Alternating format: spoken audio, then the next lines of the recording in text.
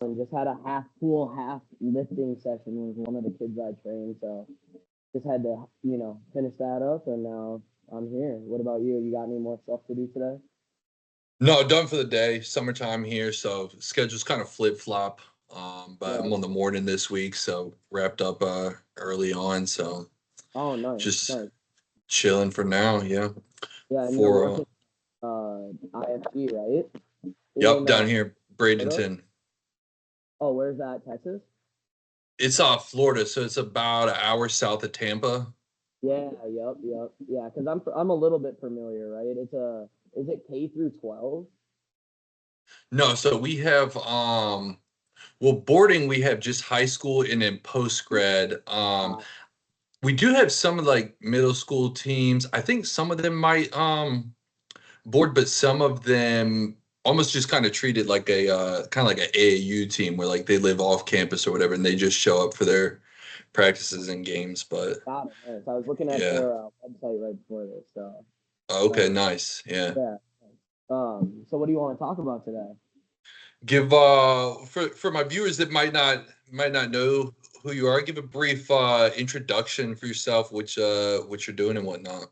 Yeah, yeah. My name's Jack. I'm out here in Eden Prairie, Minnesota, so kind of West Metro. But I travel around a little bit, training a couple different teams off site.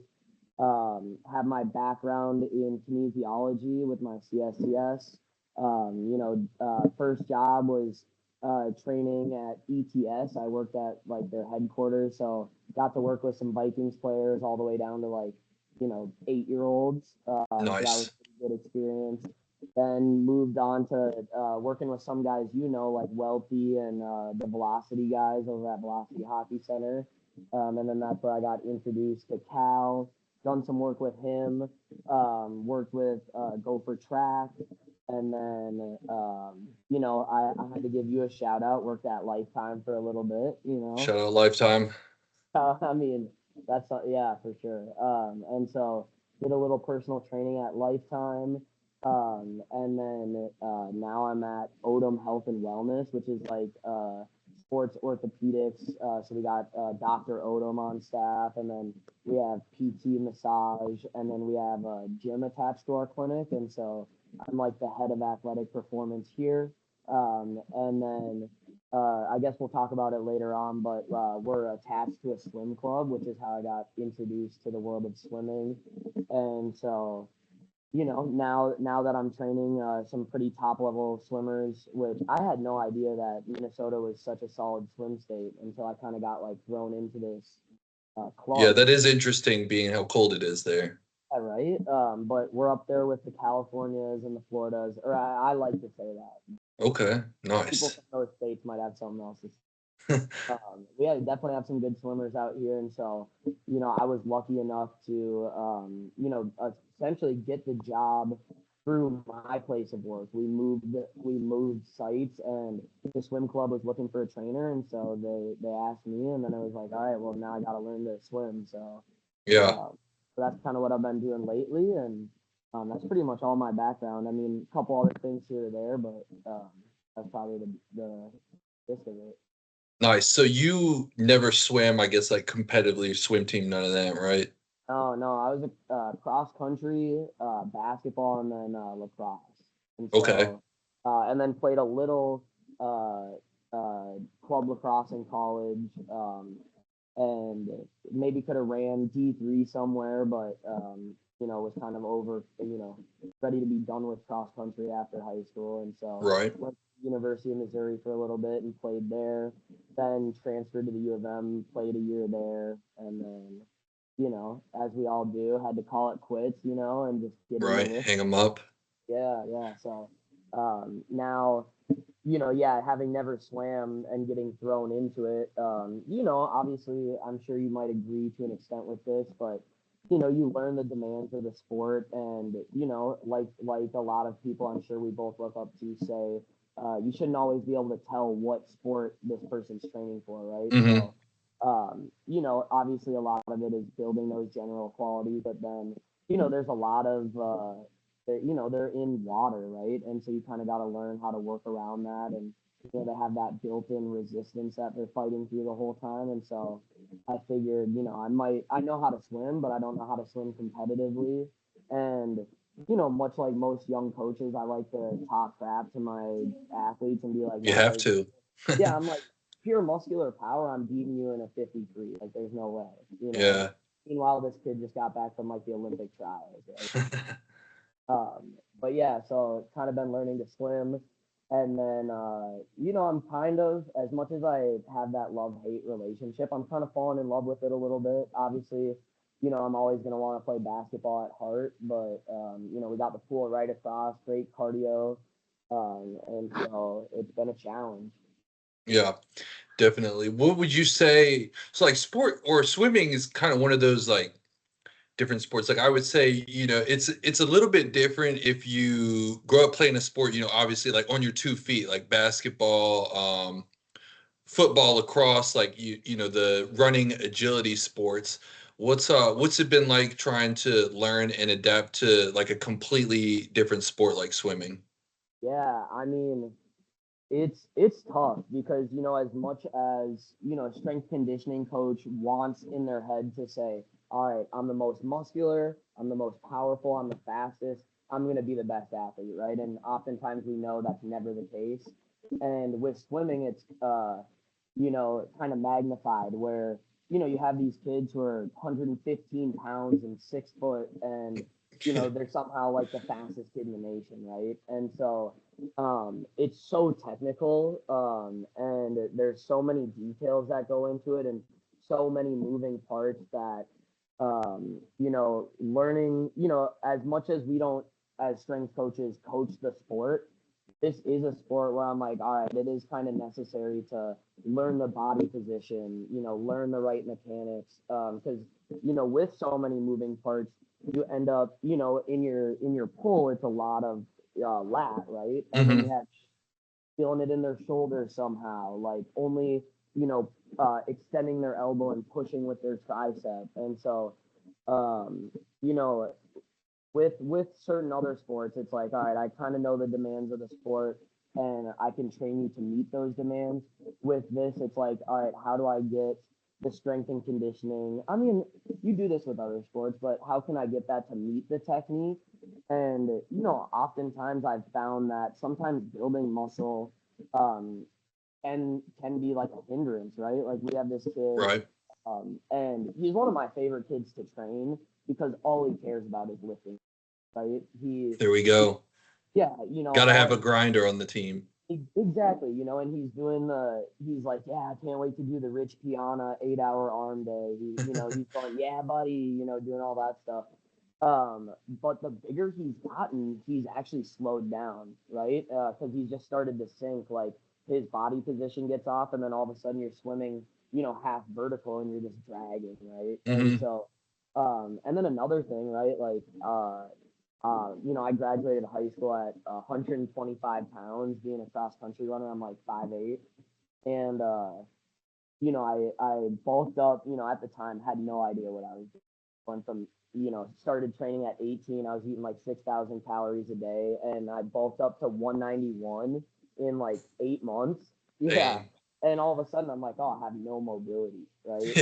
No And mobility. Cardio shot. Mile yeah, time like over 10 minutes. yeah, 20% body fat at least, right? But this kid has gotten so bulky that when he does his butterfly, coming out and over the water is so much more difficult.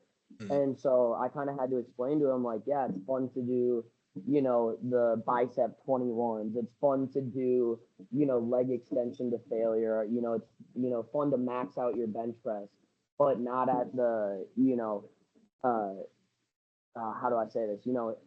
Not you don't want to focus on that and then have the main thing, right, the means to an end. You don't want the actual end to be worse, right? And so I had to explain to him, like, yeah, you got to work in the mobility, you got to be a well-rounded athlete, and then sure, when you retire, go ahead, become a bodybuilder, right? But Yeah. um Join those enhanced games, right? When there are a yeah, couple that's what I'm swimmers in saying. that. Yeah, and of course he was all over that too, and I had to be like, yeah, we don't want you on peptides quite yet, maybe when you're an adult.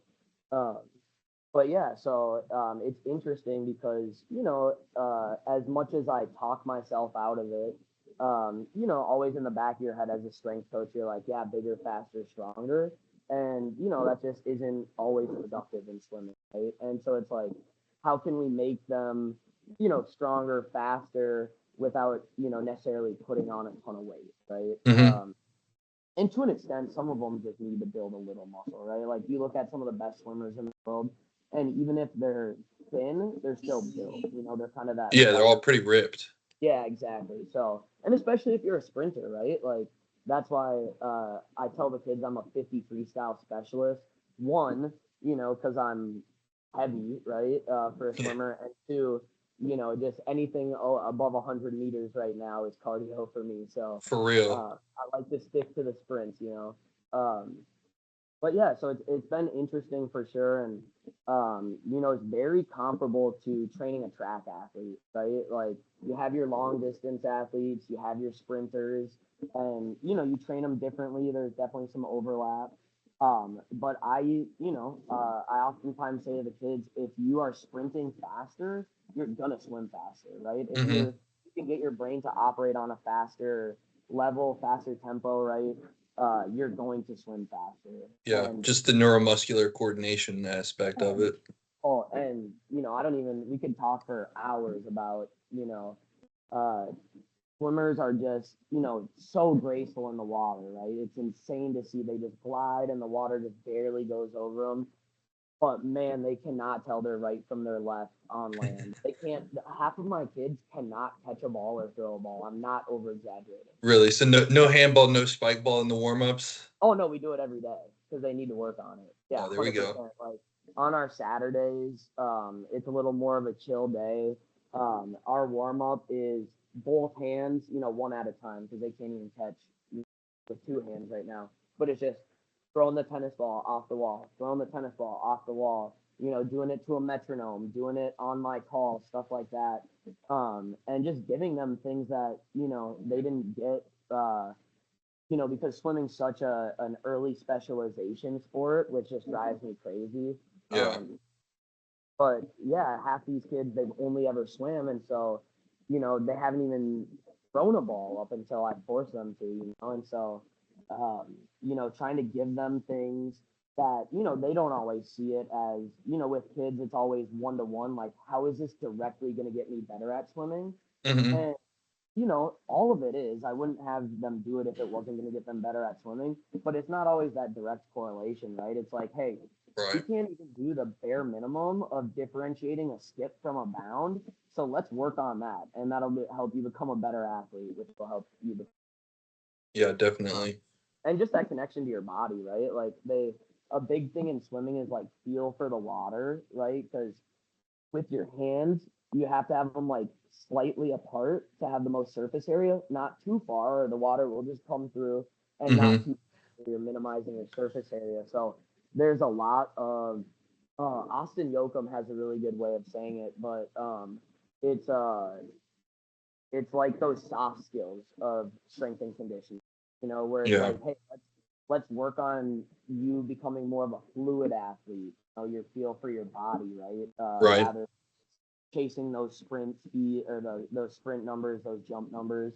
Um, and we still do that, but I find with swimmers that if you can again build the organism as a whole, they're gonna get. Yeah, definitely.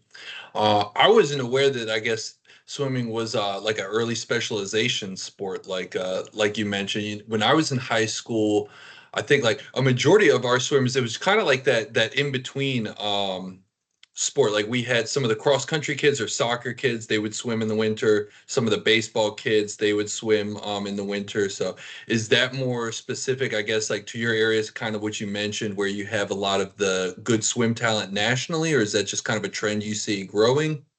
Yeah, so I mean, it is a trend, right? I mean, we all see it across all sports now, right? Like when I was working at ETS all the way back in 2021, I had a kid who did 6 hours of hockey a day. Like he was going to that breakaway academy or whatever, Yeah. where their recess is playing more hockey, right? Um, and Jeez. just yeah, so it's just a lot at a young age, right? And like I was a relatively good cross country runner, like running, from my high school from seventh grade to senior year, Hmm. and I got so burnt out, and I was a three sport athlete, right? And so yeah, no, I would say it's half and half, right? Like some kids, we have this kid in Minnetonka who's going to Stanford. He runs like some insane like like 420 mile or like Yeah. 415 mile. Like he ran cross country last year and he won every single race except for nationals. Dang. And I know he swims just as like a good cross training. Mm. But I would say like, much like other sports, the kids who are really into it and the high level swimmers are year round. And Hmm. specifically, so I train a club called Aqua Jets who, I didn't know this going into it, but they're like a top 20 club in the nation. Um, Nice. and yeah, and consistently produce like, Olympic trial, Olympic athletes. And actually just got done training Katie Ledecky's cousin. Oh, Which really? is funny. Yeah, yeah. Oh, That's what I wow. was just with right before this. Nice. Um, yeah, but Is she any good? it's a guy, and he is, he's pretty solid. He's 12, so he's still Okay. got some time. Got some time. Yeah, he's got a couple different events, but I always tell him, I say, 10 times out of 10, I'm taking Ike over Katie, and so yeah, I would say, maybe I'm a little biased because I train like such an intense club, but they get, I think, maybe like 4 weeks off a year, Mm. so like in between their summer and spring season, they get like 2 weeks, and then they get like two, maybe three, after summer into the fall season, and then they go straight into high school season. So it's just nonstop, and Yeah. it's I don't know. Let's see. Let me do the math. Quick. Probably like 8 to 10 practices a week, and they're all 2 hours, and then they see me 3 times a week for dryland or just strength training. And so it's a lot. And, you see a lot of, I mean, I don't love the term overuse injury, but like you see a lot of those injuries. Like they just do yard after yard. And then all of a sudden they got, crazy bicep tendinopathy or something Mm. like that. Interesting. Yeah. And that's where I would differentiate. Like I do like to compare swimming and track. But then the difference would be a lot more upper body injuries, a lot of low back injuries just from that undulation Hmm. underwater. Um, and then kind of to circle back to your question, I think the hardest thing to learn going from an on land athlete is the breathing, right? Because Yeah. I could go. Not right now. I'm like 70 pounds heavier, but when I was a cross country runner, I could go run 10 to 20 miles like nothing, right? My lungs feel good, like whatever. I go swim 5 laps and I'm just gassed, like my lungs are screaming. My triceps are on fire, my traps, my Heck lats, yeah. like it's, you know, I almost feel like there's no cross training for it to an extent because like you get out of the water for 2 weeks and you can feel it, like you feel the difference. You Yeah. just feel sluggish, you feel heavy, and it's part of that is mental, but it's just a grind to get back to it. So Yeah, no, I'm with you on that. I remember the first day I went to swim team practice and they said, "All right, 200 meter yard warm up." I was like, "All right, let me see what I could do here." Dude, I got about like 75 meters in. I was like, "Dude, I can't breathe out here. yeah, This is yeah, terrible." So, I got limited to two different things. I did the 50 free because I could hold my breath without breathing the entire time, yep, and I did the 50 backstroke because my head didn't have to go in the water yeah, the whole time. But exactly. I could not get the breathing down. I don't know what it Yeah, was. Like even when I practiced the rhythm, it's like I wasn't getting enough oxygen or I was taking in too yep, much water. It's crazy. yep.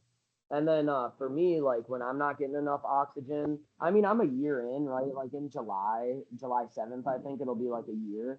But I remember at the beginning it was like you're just fighting for your life. You're just Hmm. trying to get For down alive. real. And cramping up because you're not breathing right, you're not getting enough oxygen. And so getting that breathing down is the hardest part because I don't know how you were, but when I'm not getting enough oxygen, I start to kind of like freak out internally. and then you try and swim faster, which is going to use up more oxygen, and Yeah, then you're just fighting an uphill battle. So it's like it really took me some time to like slow down and be like, all right, I can be comfortable with my head in the water. And still there are days like, I was training this kid, and I don't train kids in the pool because I don't know the technique that well. But hmm, for our workout, I was kind of showing him some things, and so he swam a couple 50s, and even then I was like, "Oh, I'm not feeling it today. Like the breathing is just not yeah, great." So, and so it's just it's a tough sport to pick up. I feel like it doesn't get enough credit definitely. for how difficult it is. And the other thing too, and maybe this is just me being, kind of biased, but as a strength coach, I try and get to whoever I train, I try and get to their games at least a couple times, right? And so at the University of Minnesota, they host a lot of these meets, and I live in the Twin Cities, and so I try and show up to these meets, and I'm not gonna lie, the mile, anything above like 400, super boring to watch, right? Like watching a mile on the Yeah, dude, track. I don't even want to watch people run a mile, let alone swim it. Exactly, right? It's like 17 minutes is like a good Yeah, mile. And that's so crazy. I don't know who has time for that, but watching the 50s and the hundreds and even the hundreds, like it gets pretty hype. Like you should hear, uh, I mean, you were in Minnesota, so like Edina and Minnetonka are kind of our two powerhouses in high school swimming, and Hmm. they're 1 and 2 every year. Like it's not even a Nice. competition. It's like who's gonna get first, or one of them's gonna get first, one's gonna get second, who gets third, right? Yeah.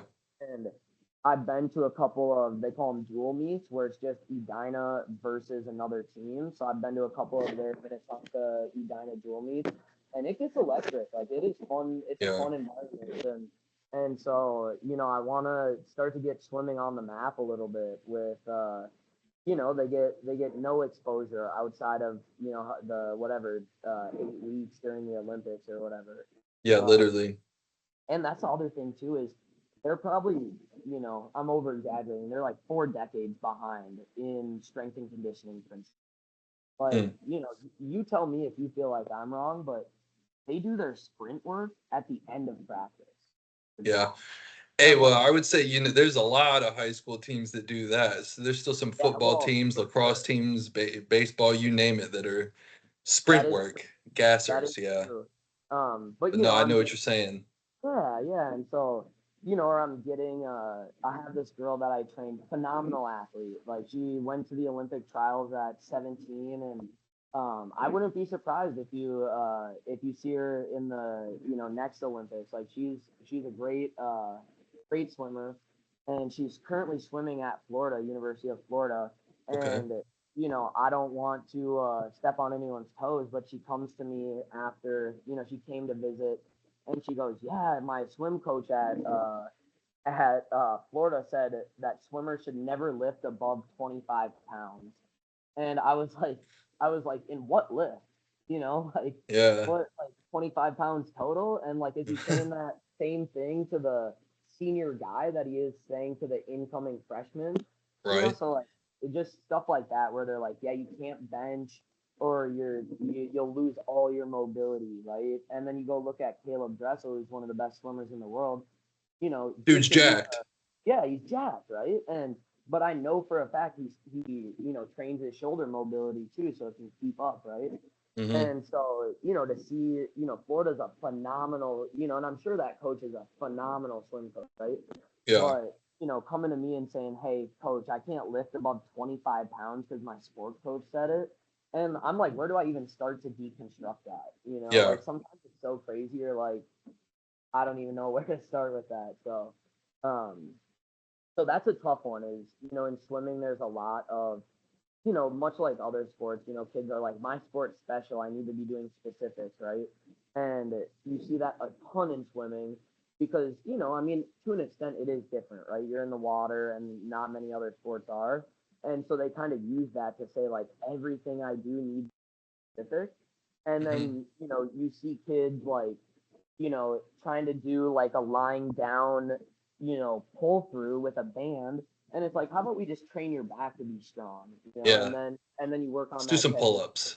Exactly, right? Like you're telling me that doing this with a band is going to get you that much faster than being able to rep pull ups with a 45 on your belt, like I highly doubt that.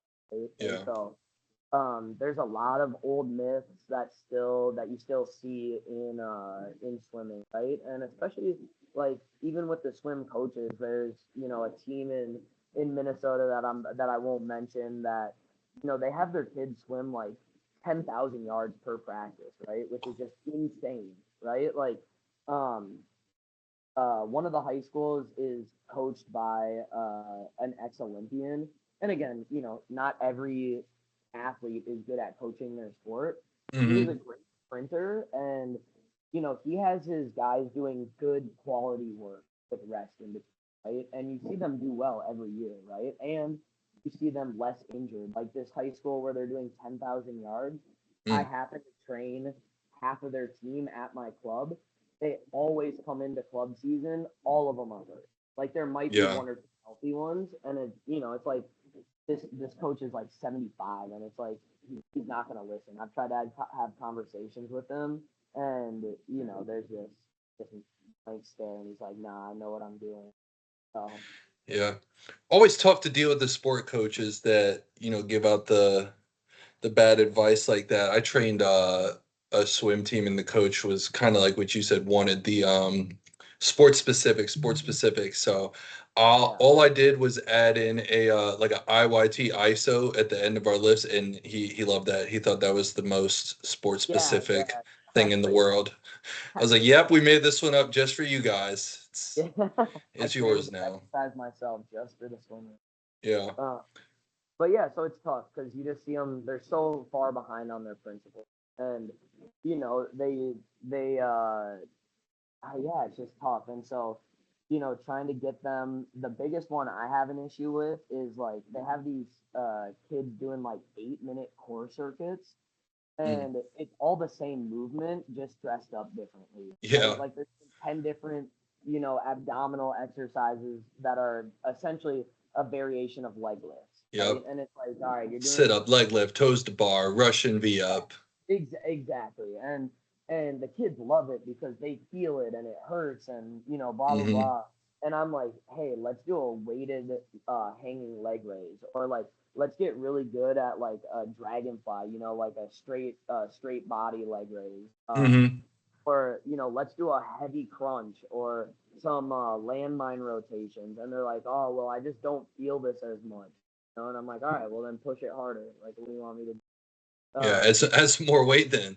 Yeah, and so oftentimes I get a lot of pushback on that as well, where it's like if it's not high repetition and it's not gonna burn, then it's not good for swimming.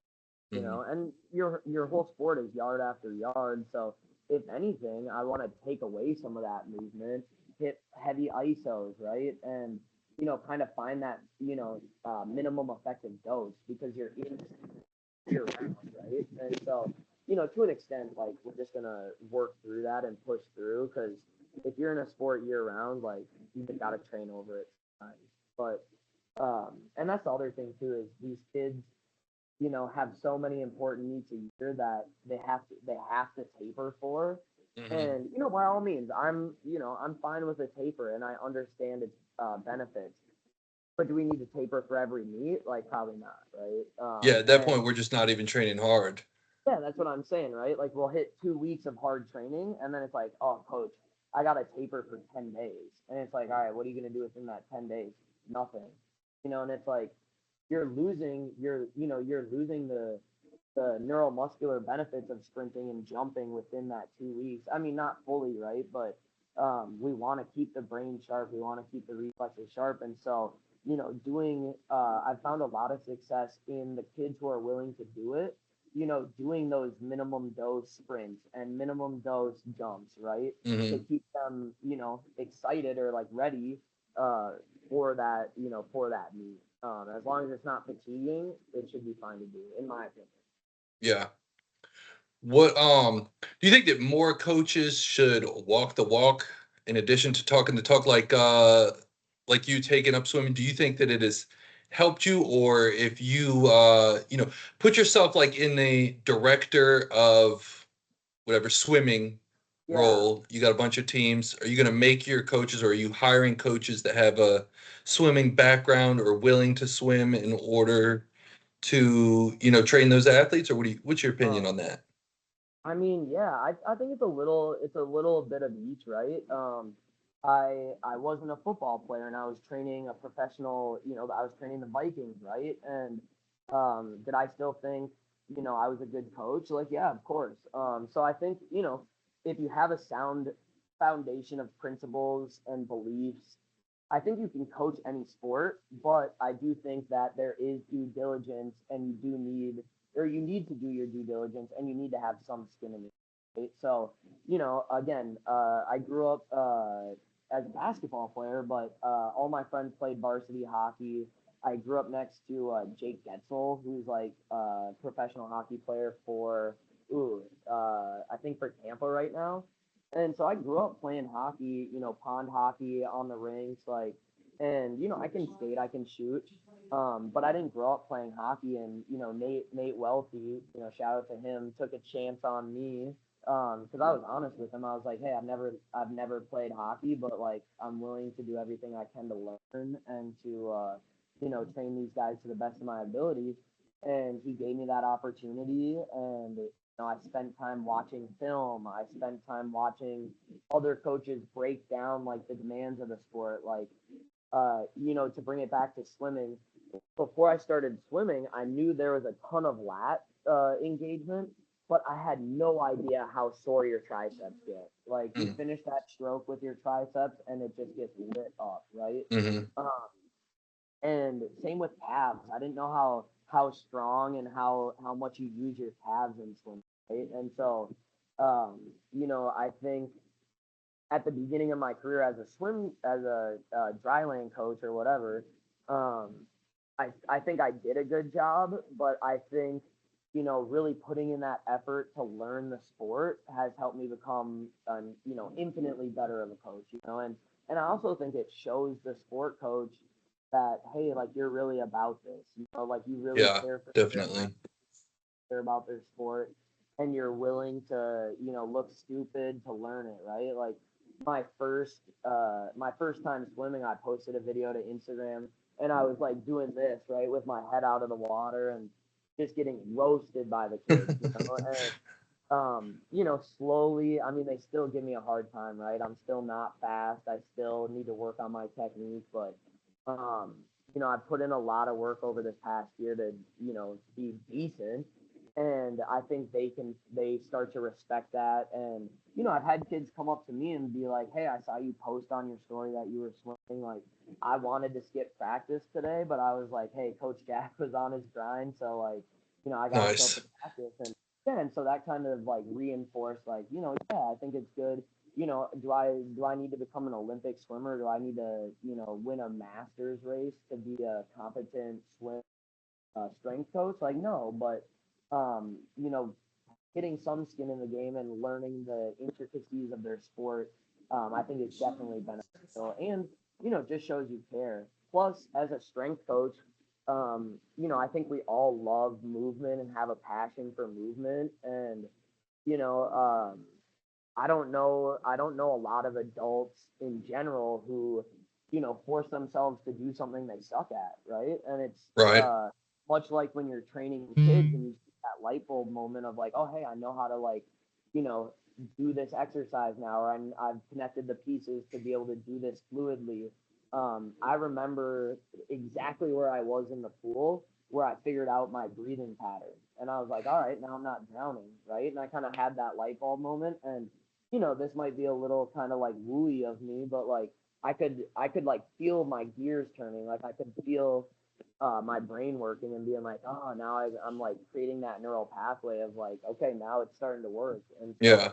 um, so I think looking at it that way as like an opportunity to learn and become a better athlete yourself is helpful as well. So much like I was training Eden Prairie golfer who's going to golf D1 and I've golfed here and there, but listening to him get excited about it and talk about it and teach me things about it Because again, I can watch golf and I can kind of I've golfed before, I can understand the demands of the sport, but then learning all the little intricacies is like, oh yeah, I could tweak my coaching here, so then it maybe directly translates a little more, right? Not to get into golf specific training, but now I'm like, okay, hey, this is what we do, or this is the muscle you use, or how you feel it in golf. When we replicate this rotation in our training, you should be able to feel the obliques, right, or something like that. So, I think, yeah, to answer it precisely, I would never expect someone to come in and know the sport, like the back of their hand right away. Hmm. But I think the mark of a good coach is showing interest and being willing to, you know, take the extra step to learn. Yeah. Yeah, no, I agree with you. I think there could be a couple nuances with it as well. Like I think, for a lot of NFL guys use for an example, or we'll even say college football guys, when their off-season training, if they're not in college, if they get to go home, might be, some local coach who may have not played football, which I think that your off-season training, I think that's the time where you might not necessarily need a coach that can relate to your sport demands as much because you're not doing the sport. Where I think it makes a big difference is the in season. Like, if you've never played a full season of football and you're programming like in season workouts for football players, dude, if you've never felt like the Monday morning, like Oh after a yeah, game, it's like you're not going to be able to relate to the players. Or similar to baseball, if you've never pitched, thrown 100 pitches in a yeah, game yeah, and you're not used to, what that arm fatigue feels like, yeah, or even the difference in the mobility between your throwing and non-throwing arm, I think that that's where, you can face some challenges. Not to say that it's impossible. I think that it comes with experience. Obviously, the more you talk to athletes or around them and relate to them, you can kind of pick up some of those things. But I think it definitely builds buy-in with the athletes. If you could say like, look, like I went through the same thing. I know what you're feeling right now. Like, this is what we're gonna do for it. This is where we have to push through. yeah, exactly, right.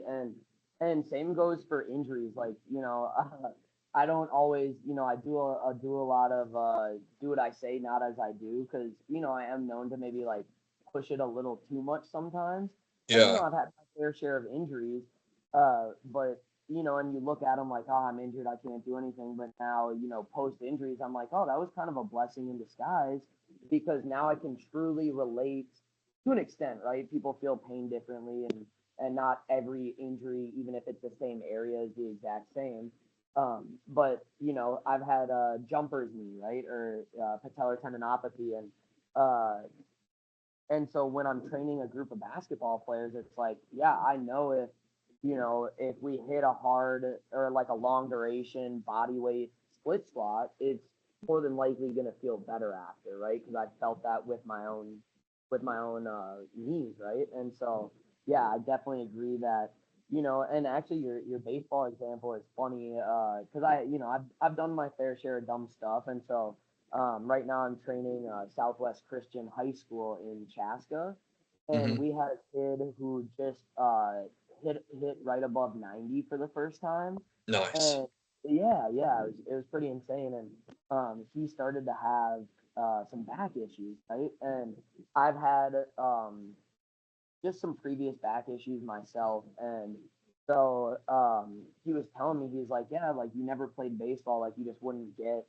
I threw 78 pitches and I'm just whipping it as hard as I can, Hmm. and so I was like, all right, you don't think I can relate? And so we went down into they have this place called the bunker, which they just have an L screen and like this thing to catch the balls when you pitch, Oh, and so I was like, nice. all right, yeah, I was like, all right, I'm gonna go down there. You're gonna come with me. You'll sit down. I'm gonna throw 78 pitches, and then we'll see. Yeah. And so I threw 78 pitches, and I can't lie, it didn't feel the best on my shoulder.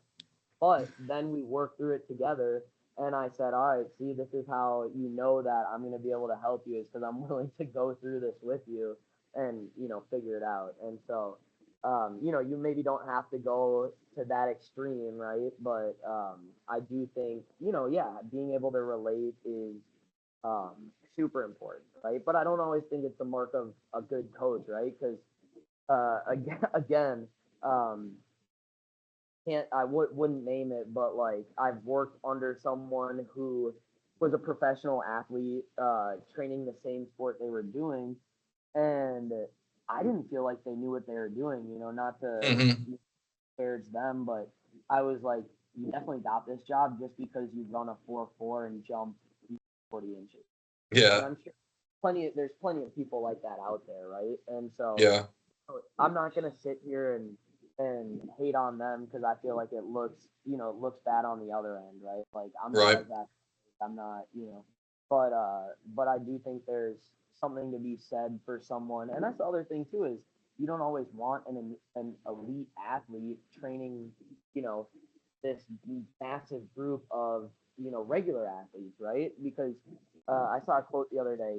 Strength and conditioning is still for elite athletes, right? But they're going to be elite regardless, right? Like you've seen that video of LeBron James squatting. Like I don't think him Don't picking get a me sport. started on LeBron's Yeah, snatch grip, sumo stance, it, RDLs. yeah, Yeah. exactly, right. And so someone I saw this quote, and I can't remember who said it, but um, they were like, strength and conditioning wasn't made for the elite athlete. It was for all the athletes that are trying to become elite. Yeah, And I think I just saw that quote on Instagram too, like within yeah, the yeah, last couple days or something. exactly. And so I think that's true, right? Yeah, I think, definitely. um, and so I think sometimes you don't need the most elite athletic coach, right? You need someone who knows the science, who knows the progressions, and who's going to connect with you on a interpersonal level. So Yeah. Yeah, some of the elite athletes, like I was listening to Tim Riley's podcast the other day, and he was talking oh yeah, about I forgot what year it was, but Jamar Chase came into the gym after season one of the days. I think he had taken maybe like 3 weeks off from football, and it had been like 6 weeks off from lifting, and he came and hit a 315 hang clean triple, just like off the yeah, rib. And it's like yeah, that's an elite athlete. Like you can throw whatever at him, he's going yeah. to respond. He's going to make you look foolish. And then you have some other people on the other end of the spectrum where they might never even touch the 315. But going back to Right. like your point of where you don't always want the elite athletes to be the coach, I forgot who I was listening to. I can't remember if it was another podcast or a video, but it talked about how a lot of your, elite of the elite professional athletes often fail as a coach because they are just wired differently, not only physically, but Exactly. just mentally, like the way they're able to process the game. And they're like, why can't you just, see this lane, make that pass? And it's like, coach, like, I don't know, like, I didn't see that there. And so it's hard for them to, Oh, definitely. relate to the non-elite. Yeah, one, we're, currently in society, right? We're in a very like mentally tough era where you got your David Goggins and your Kobe, your Mamba mentality, right? And the fact of the matter is like that's a great mentality, sure, think what you want about it. But 99% of the population does not operate like. And Yeah. so, to just say, hey, mind over matter, just like work through it, right? Is just not it's not going to help, especially for a middle school athlete just trying to figure out how to have confidence in themselves, right? Or a high school athlete just trying to make the next best team, right? And so, Yeah. I had Playing that Goggins for your middle school cross country girls, yeah, they might yeah, not respond too well to that. yeah, exactly. And so, that elite athlete that I worked under, again, yeah, he was having, he, I won't swear on the podcast, but he was like, saying some expletives to like these, 13-year-old soccer players, and he's like, "Come on, ladies, like, why aren't you just pushing through?" And it's like, Yeah, yeah, they're about to pass out, like, they're not getting paid millions for this, so, right. um, we got to figure out a different way to get the most out of them. And so yeah, it's interesting. And then to kind of piggyback off that, you see a lot of these kids now with social media everywhere trying to train like these athletes too. And it's like, bro, you can't even Hmm. do 10 push-ups. Why are you thinking you can do a rebound bench press Right. or something like that? And so not that I think there's prerequisites to everything, right? Like if you scaled a rebound bench press enough, like anyone could in theory, right? But um but there are proper progressions in place. And so a big one I see right now is there's this guy Cam McAvoy, who again to bring it back to swimming is he's a unit, right? Like he's built, he's a 50 freestyler, so all he does is sprint. Like he's Hmm. going down and back, and that's it, right? And he swims 2,000 yards a week, right? And to go from this high school in Minnesota that's swimming 10K per day to this kid who to this like Olympic medalist who's swimming 2,000 total in a week, right? All these kids are like, yeah, all you need to do is sprint. All you need to do is just go all out and then rest 10 minutes and go all out again, right? And there's a time and a place for it, but you got to look at the history of this guy's training. He definitely built his aerobic base. Like I got into not an argument, but like this guy commented I just posted a video of my fastest 50 free so far, and he asked me what my training was, and I said I'm doing 1 day a week where I'm just doing all out sprints and going based off heart rate, and Hmm. then I'm doing 1 day a week where I'm still doing like sprints, but kind of in that like you know, I mean sprints, right? Not or just like fast paced 50s at 75 to like 90% on an interval, so I'm keeping my heart rate elevated.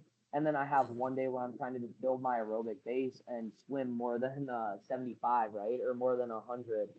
And he was like, no, that's horrible. Like, you have to train only sprints. Like, you shouldn't even be swimming 50s. You should only be training 25s. And I'm like, well, one, I'm not going to the Olympics.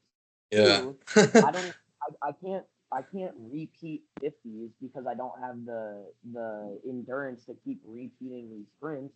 So even though it's a different energy system, it's gonna help me to swim hundreds and 200s because it makes repeating those 50s easier. Hmm.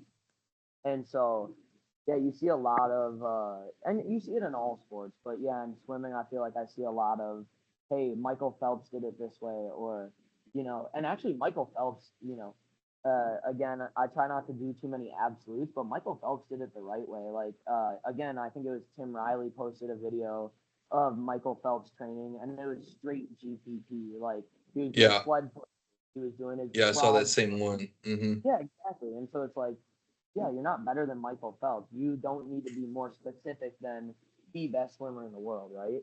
Yeah. And so, it's always an uphill battle, but it's fun for sure, and it's fun to kind of, bring some more light and some more new, some newer ideas to this deprived community of swimmers. Does quick question here. Does swimming, I guess, well, their practices, their actual like team training, do they kind of follow like a high-low model similar to track when it comes to like their layouts or? Yeah, yeah. So, indirectly, yes, I would say. So I've been lucky enough that the head coach. So we have this head coach at our club who's she's awesome. She's also like late 60s. And so she does have some old school ideas, right? Where she kind of comes to me and she's like, hey, you guys, have you thought about doing this for strength? Like, I don't want them doing any hypertrophy work because they're gonna get bulky, right? And it's Hmm. like, listen, these Yeah. kids are not gonna Tone get up, bulky. don't get bulky. Yeah. Yeah, right.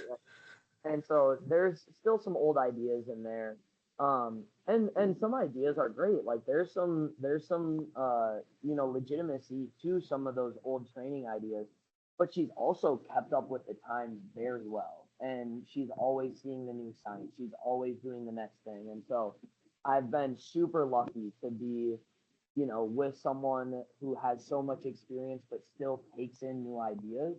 Hmm. And so she shares their training program with me, and they do like they have like an aerobic phase, they have like a threshold phase where they're doing Okay. a Yeah. lot of So like, similar to track then. yeah, very similar, yep. And but I wouldn't say from my understanding that there's a ton of like high low kind of stuff.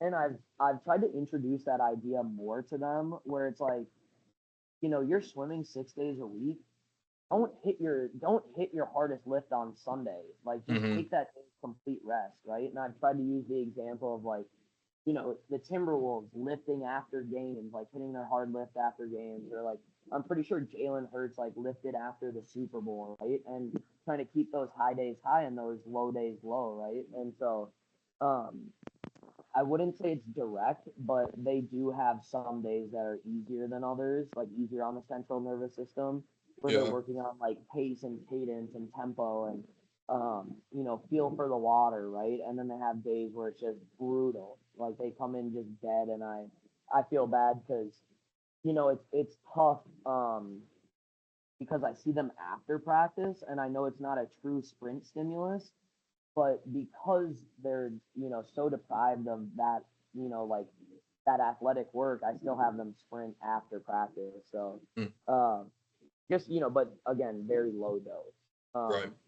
And so yeah, it's again that's where swimming falls a little bit behind, compared to a basketball or a football, where they just kind of have those old those old ideas where it's like we're just gonna hit every day hard, and Hmm. then this is kind of a hot topic in strength and conditioning. We're gonna hit every day hard, and then when you guys are ready to die, we're gonna deload. Yeah, then we're gonna taper. Yeah, exactly, right. And so, um, but and I would never do this, but it's gonna be hard to go up to a 70-year-old coach who's produced multiple Olympians and be like, "Hey, have you tried not doing what you're doing? Or have you tried further optimizing your schedule?" Yeah. Um, and so, um, but she's awesome where we have those conversations, right? She's at least willing to listen, right? And so again, kind of going back to your conversation is like she knew I hadn't done a lick of swimming, right? But she trusted that I knew what I was doing from a strength and conditioning perspective. Hmm. And then when I started to walk the walk or swim the swim, right? She saw that I was willing to put in that work and was willing to have more of those conversations with me. There we You know, go. strength and conditioning principles I feel like go hand in hand with sport, where like we talked about earlier, these kids should not be sprinting at the end of their practice, right? Hmm. Like it just makes absolutely no sense. And so I've you're starting to open up that conversation. Yeah. Nice. Last question I got for you. All right. Ask everybody this one. What is the hill you're willing to die on regarding Ooh, strength and conditioning? And then on the flip side of that, what is something you've changed your opinion on in the last year? man, that's a tough one. I might have to think on that. I would That one say always gets people stumped. that yeah. Huh. I think earlier in my career, I'm gonna answer the second question first. I think I really liked a lot of Jake Tura stuff. Hmm. And I still do, and he's awesome, and I've gotten the chance to meet him a couple times and chat with him over Instagram. I think I was too obsessed with isometrics for a little bit. I think I was too, and like I love isometrics. I still do. Like they're still a go-to. They're still in my program in some capacity. But I think I was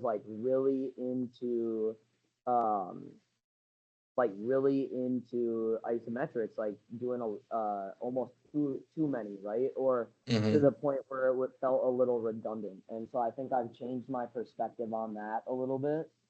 Um, I would say something that the hill I would die on.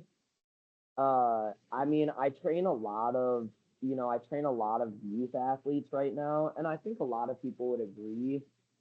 Especially, it's changing more and more, but again, less rigidity in exercise and more play, right? Like half the time when I'm training youth athletes, I refuse to cue unless there's a time where we're doing the foundational movements of like, hey, we're gonna teach you how to do RDLs, we're gonna teach you how to squat and how to reverse lunge, how to press and row, right? Just Right. so have that foundation for later on when it's time to just rip it, right? But that being said, um, I I would say engagement over everything, right? Yeah. Like even with my swimmers the other day, they're kind of in a tough part of their season, and we've been doing a lot of like acceleration work, and well, I wouldn't say yeah, they're getting near towards the tough part of their season, but their practices have been tough lately. And with the like, I'm a big biopsychosocial model guy, and so they had a lot of stress with finals and with the end of the year and stuff, and so they're feeling a little beat down. And we were doing a lot of acceleration stuff, and I was getting on them because I'm like, guys, you aren't. It doesn't even look like you're trying, right? And then all of a sudden, I add a pool noodle and a partner, and I'm like, all right, There we go. you're getting whacked, right? It's Yeah. getting, and then all of a sudden I see them sprinting 110%, right? And I'm like, you just can't, you can't always replicate that. And so, I have a group of middle school girls that I train. There's probably 8 of them, and I think everything we do is gamified to an extent. There are times where it's like, hey, we're going to sit here and we're going to learn the squat and we're going to learn the RDL, and I might even teach you a dumbbell snatch, to have, just to get some dynamic movement in. But we're gonna do handstands, we're gonna do back bends, we're gonna do cartwheels, we're gonna do med ball tosses for distance, and the losing team has to do a punishment. Or we're gonna do a relay race where you got to sled and then do like a rebound box jump, and then Hmm. stuff like that. And I watched the intent just like skyrocket, right? The children And yearn for so the games. exactly, exactly. And then sometimes I see, like, again, I see the swimming community is 10 years behind, right? Because then I look at other swim clubs and I look at the training they do for their youth athletes, and it's like, no wonder they're unathletic when they grow up, because you're having them lay there doing like T spine rotations on a Yeah. foam Your open roller. and close the book, your band pull aparts. Yeah. Exactly. Like they might do like my, and this bothers me so much, but in swimming, streamline is where you do like your underwater. Hmm. Have you do like streamline jumps where you jump into streamline, and I'm like, but how is that strengthening your streamline? It's just making you jump less. And so, um, I think just making it fun for the kids and making them want, make them want to come back, right? Like coming in Definitely. coming into this swim club, they had like, again, not to disparage anyone, but from my understanding, they didn't have a great dryland program. And so a lot of the older kids I train, there's not a lot, since I've been coaching for the past 2.5 years, there's definitely more buy-in, but there wasn't a lot of buy-in because it wasn't enjoyable. They were doing like, you know, core circuits and burpees and stuff like that as adolescents, and now with all these kids, younger siblings who have gotten a chance to train, we're doing handball as a warm up, we're doing spike ball as a warm up, we're doing wheelbarrow races as a warm up, we're doing max cartwheels, like cartwheel in a circle as many times as you can until you fall over, right? And Hmm. doing different jumps over hurdles, like turning things into a competition or a relay race. And I see those kids and they come to me and they're like, man, I can't wait to be in the next group and do dryland with you. And I'm like, well, boy, it's not the same. You're going to be doing harder stuff, but, I'll wait. We'll cross that bridge when we get. But getting them engaged sets them up for life to like enjoy exercise. And one last thing I wanted to mention, is I tell the kids like, you need to be lifting, because in swimming, these kids have bones that are as strong as a baby bird, because Hmm. they're in water the whole time. And research shows that there's higher incidences of bone breaks in women, especially if they have kids, right? Because a lot of those nutrients go to the baby. And so Hmm. I tell them like, hey guys, this isn't just, I don't expect you. I mean, I would love it if you still did jumps and sprints as an adult, but like, I want to set you up so, you're not shattering your bones, not to fear monger, but you're not, you have strong bones, you have strong ligaments, you're set up for life, right? Because your sport does not set you up. Yeah, Um, definitely. and so I think that's one of the hills I'm willing to die on. Is just engagement over everything, right? Like, I think one more thing that might be a hot take of mine is I think Olympic lifts have their place, but I'm not like the biggest Olympic lifter. Like, the only reason I teach kids Olympic lifts, not the only reason, but the biggest reason that I teach kids Olympic lifts is because if they're going D1, they're pretty much gonna have to learn it. And so I Right. want to set test. but I don't think it's like always the most necessary to have in your program, right? And I know you have like Landmine University, or you have like Will Rattell is a great coach. So I don't want to get that twisted, but he's super into Olympic lifting, right? Hmm.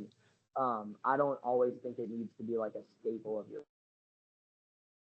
Fair enough. especially Yeah. for youth athletes, like because there is, I think sometimes uh, it takes time to teach the technique, Right. and sometimes I don't always have that time with a kid, and so I'd rather just hit a hard exercise and do what we can um, to work around that.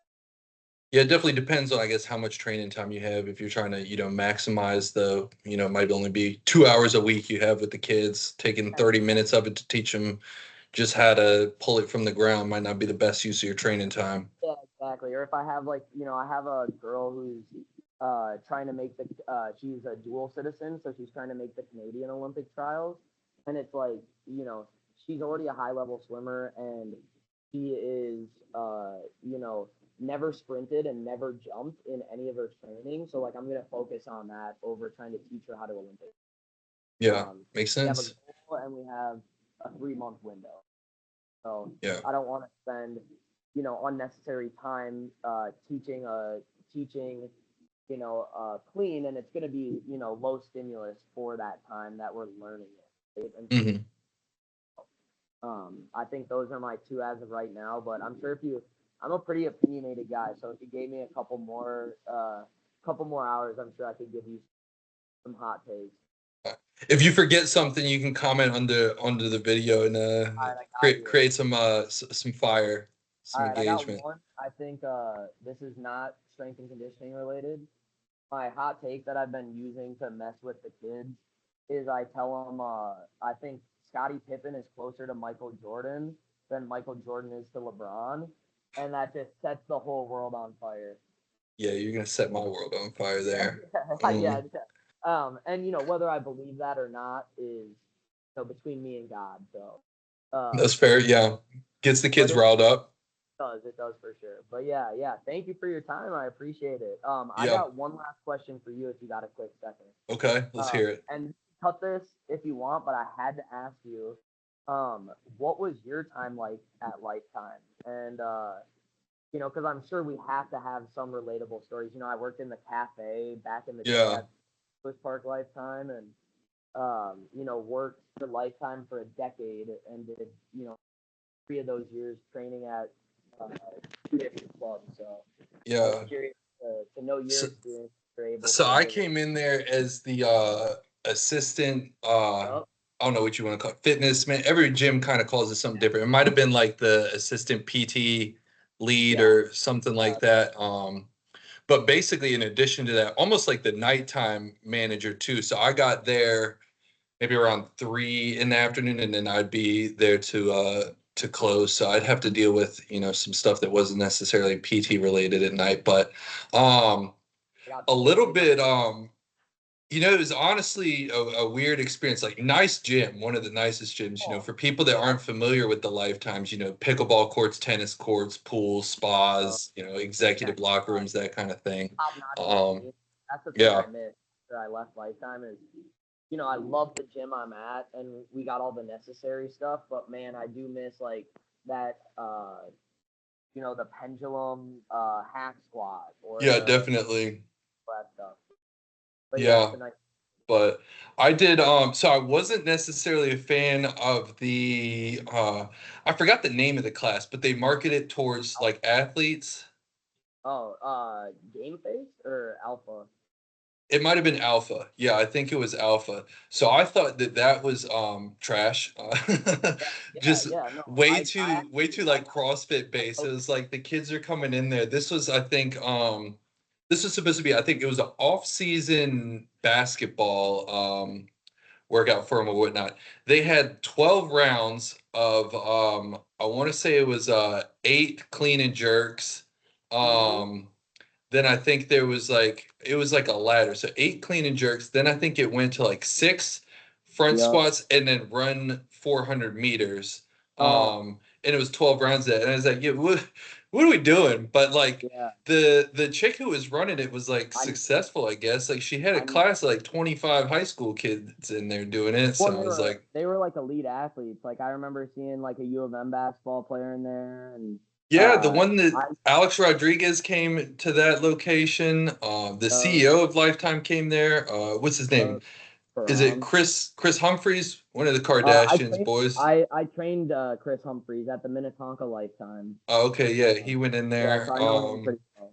Weird vibe. But dude, when it came to like the PT stuff, so when I got there, they were backlogged. I think they had something like between 700 and 800 members that had not been contacted Yeah, yep, about like PT or whatever.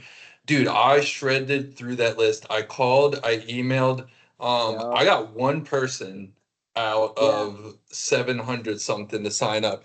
And it wasn't even like my conversions or whatever was bad. Like I want to say nobody answered an email.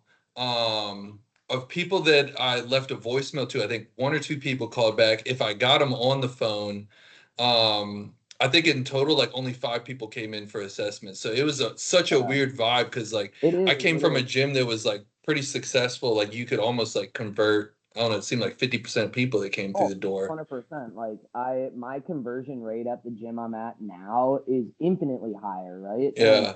so I'm not the best salesman on earth, but like I can talk to people and build rapport and give them a good pitch.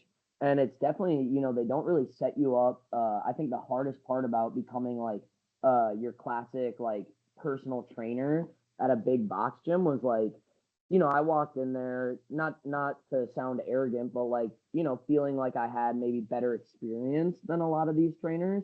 Hmm. And the fact of the matter is like the most successful trainers are the ones who are the best salesmen. Yeah, they have the Like worst workouts. dude, the worst. Their clients are just gabbing for like 45 minutes of the Dude, hour block, but it's like they're yeah, bankrolling in like 10K a month. dude, it's crazy. I remember my manager, my PT manager at the last one I was at was like, "Hey, dude, I see you do a lot of band work with your clients. Like, I never really believed in bands. Like, I don't believe that that's like a good training Well, they tool." exist.